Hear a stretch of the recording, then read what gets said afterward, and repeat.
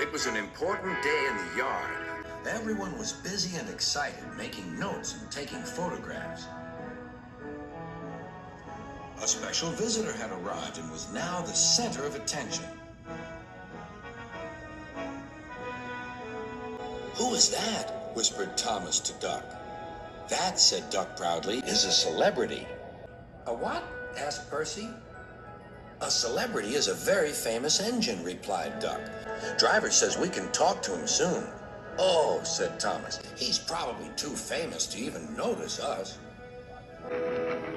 Just then, Gordon arrived. "Puh," said Gordon. "Who cares? A lot of fuss about nothing, if you ask me." And he steamed away. Later that night, the engines found that the visitor wasn't conceited at all. He enjoyed talking to the other engines till long after the stars came out. He left early next morning. Gordon was still complaining. "Good riddance," he grumbled, "chattering all night. Who is he anyway?"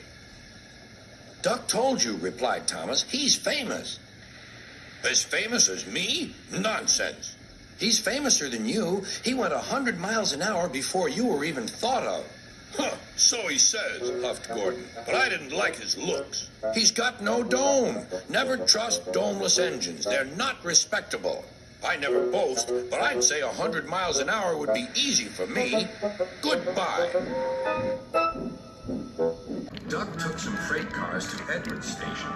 "Hello," called Edward.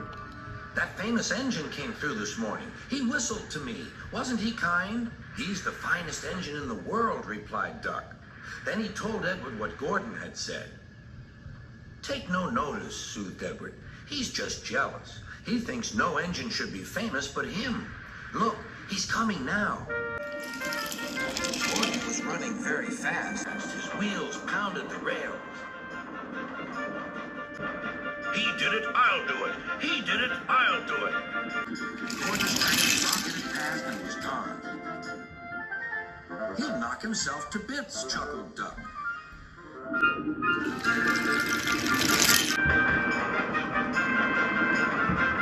Gordon's driver eased him off. "Steady, Gordon. We aren't running a race." "We are then," said Gordon, but he said it to himself.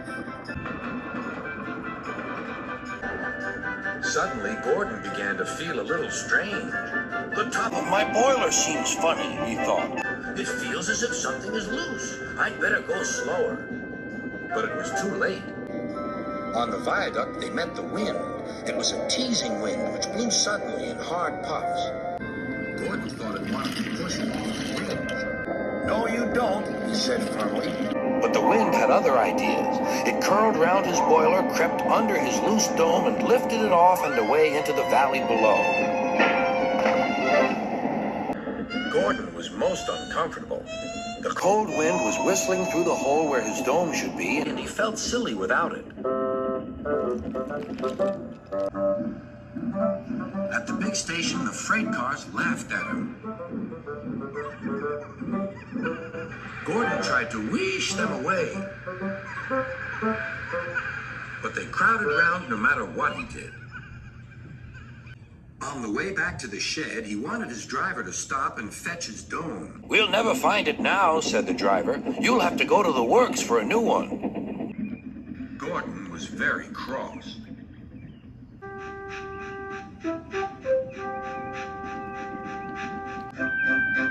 "I hope the shed is empty tonight," he huffed to himself. But all the engines were there waiting.